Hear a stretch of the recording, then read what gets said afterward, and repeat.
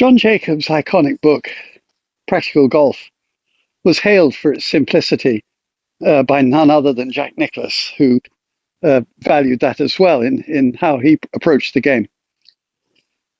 And in the picture I'm just about to show you, Jacobs demonstrated how he thought the body would wind up to accomplish the force necessary to swing a golf club with power.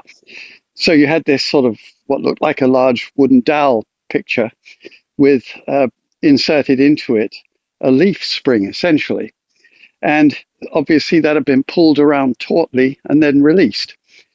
Now, again, back to the simplicity, that's a very simple way of understanding what he demonstrated and like Ben Hogan had done in his book contemporaneously, which was that the shoulders turn, let's say, 90 degrees, the hips 45, the knees 22.5, and the left heel stays, if not on the ground, somewhat near to it. The idea being that you're wound up like a spring. Now, Jacobs also referenced the fact that he understood that in his terms, the arms and the club and the hands were the swinging components, and that everything else was the power application. Well, I think it needs to be modified. So here are a couple of ways that I have done it for many years. I always describe the swinging components as the shoulder yoke and the arms and the club. Those are the things that are actually swinging. Everything below that is in charge of location, vector, in other words, applying force down a particular line, attitude. If you change your attitude in space, things go badly. And so if you rotate the shoulders like a lid on a cylinder, and you end up in this position where you're stretched, as Jacobs preferred to describe it, and Ben Hogan, then the idea that that dowel with that leaf spring in it is then released needs a little modification, because actually the piece of dowel is the body, and it is also a spring.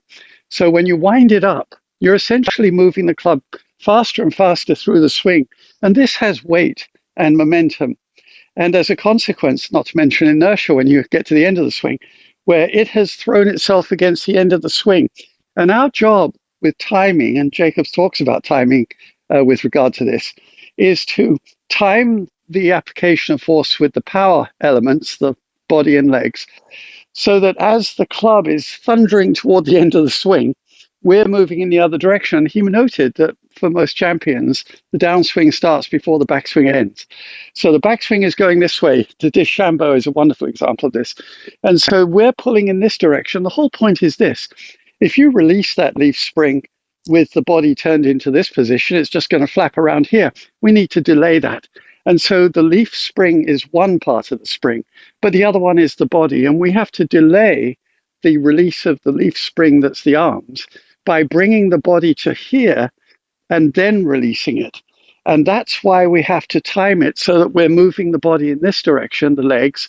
And remember, Sam Snead was wonderfully pictured with his knees almost moving farther apart because he was so agile, and then releasing the leaf spring.